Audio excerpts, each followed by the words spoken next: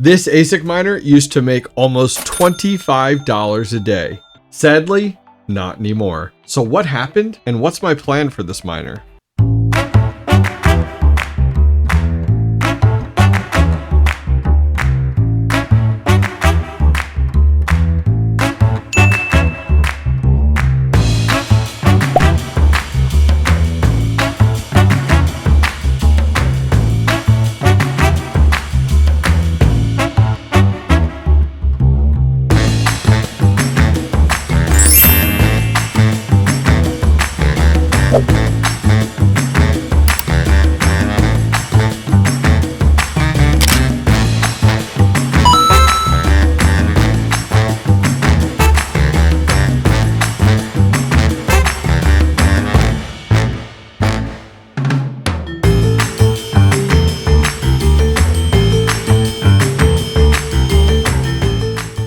Huge shout out to Goldshell for sending us over the ALPH 2 Plus, a lithium home miner.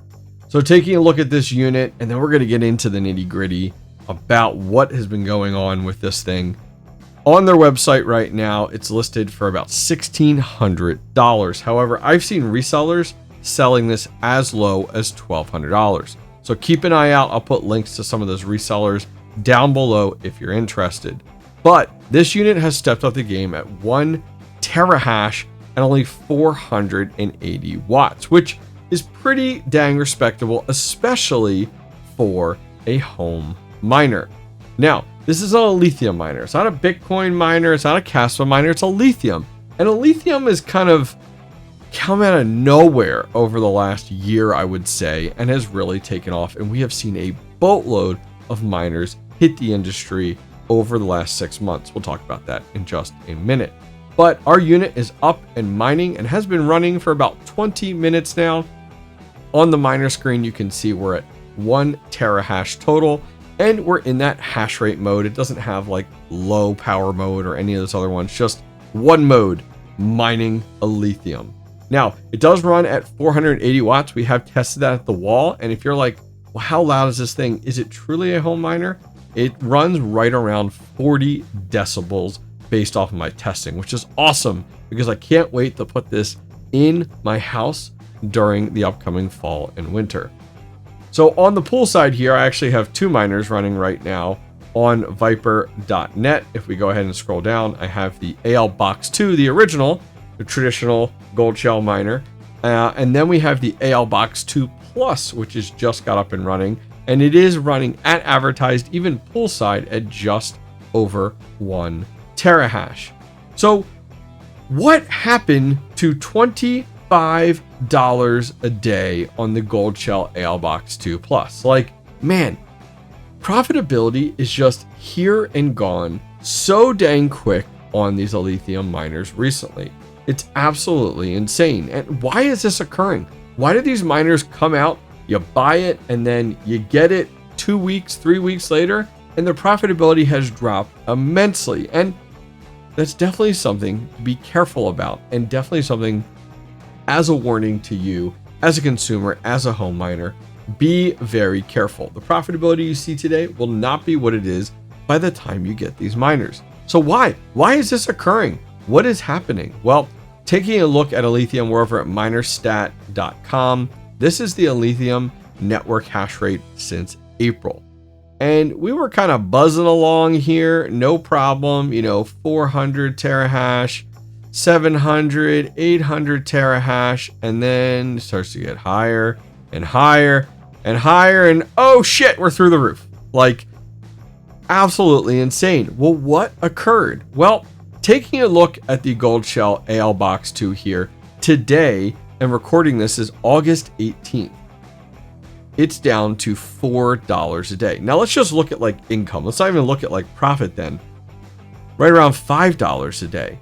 Well, why? Like, what is going on? Well, if we go ahead and take a look closer down here, we're over on ASIC miner value.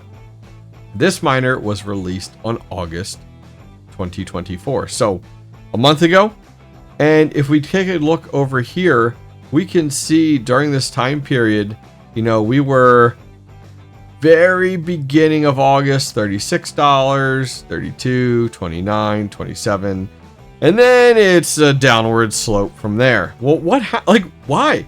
Why is this miner going from $25 a day now down to less than $5? Well, taking a look at this network hash rate, the more and more miners that come online, the higher the network hash rate is going to be. Which, what does that mean overall for miners? It's pretty much a supply and demand situation. We have a massive supply increase of miners that are out there.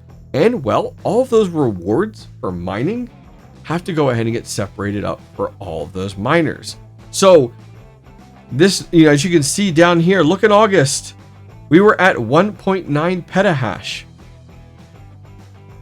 Today, we're at 13 petahash. So we have gone up a 12x, 12 times. So when you're upset that you bought one of these units, or that you considered one of these units, or that you have one on order and you ordered them early in August, yeah, you had the right mindset. This thing was making $25 a day. Unfortunately, the network hash rate, the amount of miners that has come online, has 12x'd during that time period. Maybe a little bit less, but still, that's absolutely insane. Now, another key factor, this would not be as concerning if the Alephium network hash rate, or the Alephium price, and the coin price went up as well. If the network hash rate went up and the coin price went up. Well, unfortunately, that's not the case. Back in August here, very beginning of August, if we take a look, we're running at about $1.86 per coin for Alephium. And since then, it's gone way down. We had a little bit of spike, and not way down, but down, so pretty substantially. If we look at a 30-day time period, we're up 10%. But if you look at a 14-day time period, we're down 8%. So to give you guys an idea, the price of Alephium has gone down, but doesn't reflect the network hash rate. So we've gotten a ton more miners that have come online. The price has stayed relative, under 10% of fluctuations. Unfortunately, we haven't seen it double in order to support the amount of miners that have come online. So we really, as home Alephium miners, need Alephium to do something. This is where those memes of poking the stick to do something, because of the massive amount of network hash rate that has come online.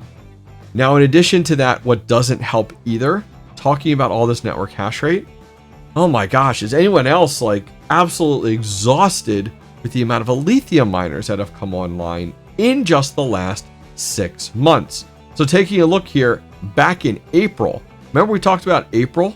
Oh my gosh, look where we were back in April, 356 terahash. Well, the ALPH, the original Goldshell, this unit was at $132 a day when it released. That's absolutely insane. And bumping forward now, take a look at some of our timeline here. So let's go ahead and sort this here. There we go. The ALPH 2 came out 2 months later. Well, in June, we were at 889. So we've gone up more than double. And that was still looking pretty good. And things weren't absolutely wild yet.